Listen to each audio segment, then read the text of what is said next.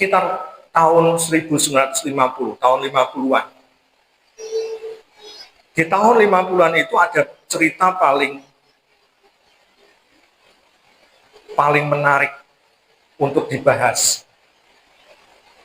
Ketika di tahun 50 di sebuah universitas, di sebuah kampus nama Universitas Ain Shams di Kairo.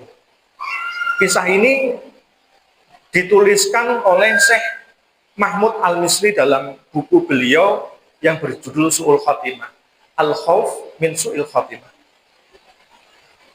Jadi di kampus Universitas Ain Shams di Kairo, persisnya di Fakultas Pertanian, itu ada satu atraksi, satu aksi seorang mahasiswa niku nantang Gusti Allah. Dia keluar dari kampus itu, keluar ke halaman kampus itu, sambil megang jamnya itu, sambil mengangkat jamnya dan melihat jamnya itu. Kemudian dia mengatakan melalui lisan dia, "Wahai Tuhan, kalau Engkau memang benar-benar ada, kalau Engkau memang benar-benar eksis, maka mulai dari saya ngomong sampai 1 jam ke depan, maka ketika 1 jam ke depan, maka matikanlah saya," kata orang itu. Anak ini nantang Allah. Sombong nggak? Jadi dia mengatakan, "Wahai Tuhan, jika Engkau memang benar-benar ada, memang benar-benar eksis, maka matikanlah aku dalam waktu 1 jam setelah aku ngomongin." Maka ditunggu 1 detik demi detik, ditunggu. Dan itu disaksikan oleh Sivitas Akademika, ada dosen, ada mahasiswa, semuanya nonton.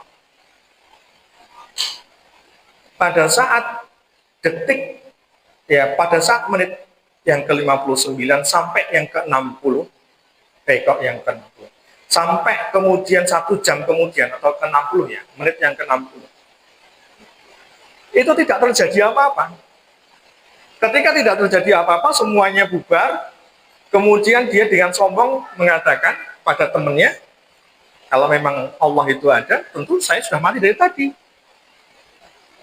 Dia katakan itu pada temannya. Dia sambil sombong, sambil berlagak, angkuh, kemudian dia pulang ke rumah. Dia pulang ke rumah. Nah, ketika pulang ke rumah itu, tidak terjadi apapun. Sampai di rumah disambut sama ibunya, sama bapaknya. "Kamu sudah pulang, nak?" "Sudah, Bu." "Sudah, taruh tasmu, ditaruh, semua ditaruh, kamu salin, kemudian kamu cuci tangan, cuci kaki, cuci muka. Ayahmu sudah menunggu di meja makan." Anak ini kemudian melakukan apa yang diminta oleh ibunya. Pada saat sampai di wastafel, dia mulai mencuci tangannya, atau di kamar mandi begitu. Dia cuci tangannya, dia cuci mukanya begitu. Pada saat dia mengusap, mengeringkan wajahnya, tiba-tiba dia tersungkur ke lantai dalam keadaan tidak bernyawa. Orang tuanya kaget, sampai akhirnya dibawa ke rumah sakit dan dinyatakan anaknya sudah tidak bernyawa. Anehnya, dokter tidak menemukan satu tindakan kekerasan yang terjadi pada fisik si anak ini. Tidak ada peristiwa penyiksaan, tidak ada peristiwa apapun, bahkan sakit pun tidak. Tapi dokter heran, seheran-herannya. Dan akhirnya dikeluarkan surat kematian yang menunjukkan bahwa si anak ini meninggalnya dikarenakan kemasukan setetes air ke dalam telinganya. Coba bayangin. Padahal kalau kita mandi, berenang, kemasukan air itu hal yang biasa.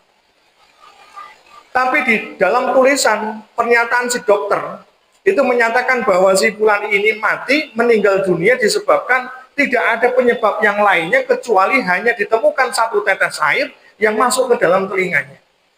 Dan itu menjadi diagnosa dokter dan diyakini kebenarannya.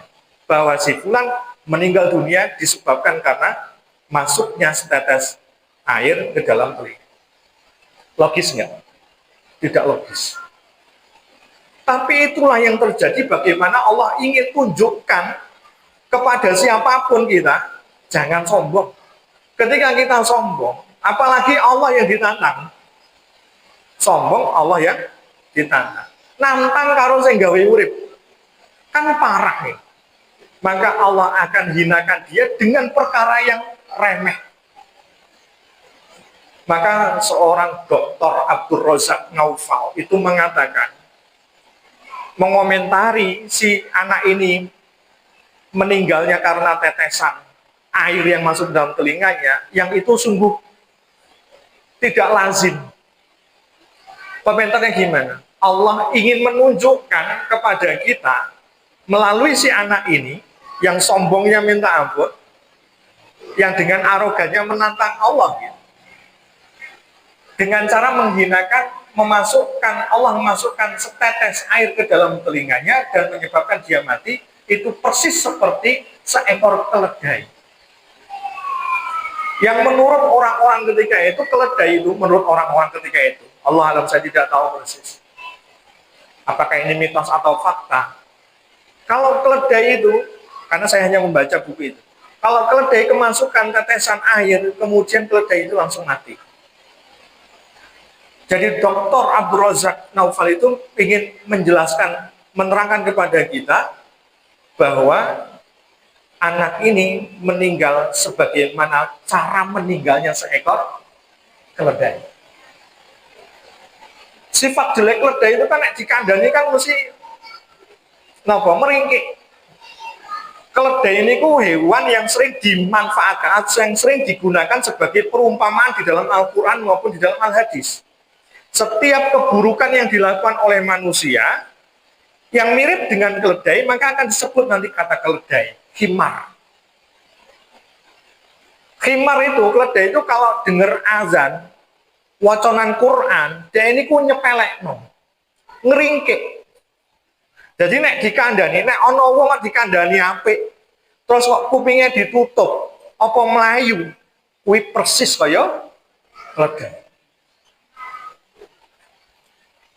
Jadi seolah-olah itu nasihat itu menyakitkan hatinya, seolah-olah nasihat itu membuat dirinya akan menderita.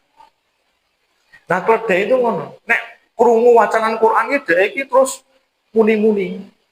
Jadi meringkik-ringkik. Itu sifat keledai. Kalau disimak, si pemuda ini yang diceritakan oleh Syekh Mahmud Al-Misri, kalau dia mau belajar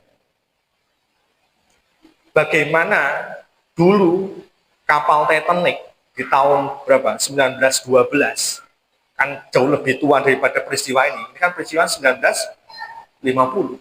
Kalau dia mau belajar bagaimana Thomas Andrew, siapa ya? Nanti cek.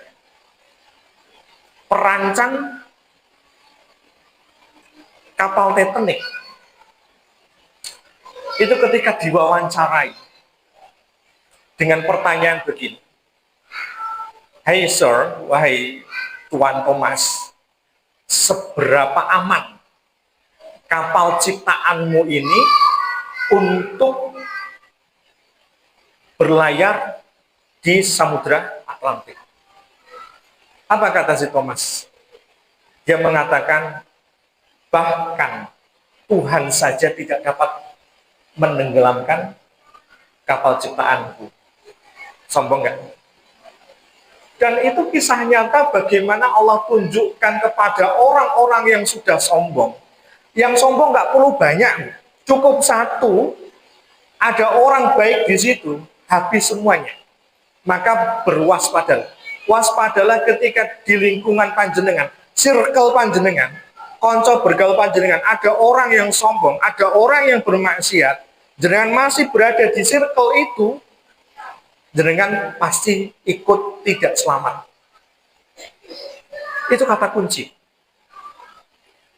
Lakukan yang pertama, kalau jenengan bisa nasihati, nasihati dia. Kalau tidak, maka menjauhlah darinya. Kalau ada satu kumpulan isinya 10 orang dan di antara 10 orang itu ada jenengan, ada satu saja orang yang takaburnya minta ampun, sekali lagi pilihannya cuma 2. Jenengan nasihati dia untuk lurus kembali, atau jenengan yang keluar dari circle itu. Karena apa? Azab Allah itu tidak akan memilih. Dan itu yang terjadi.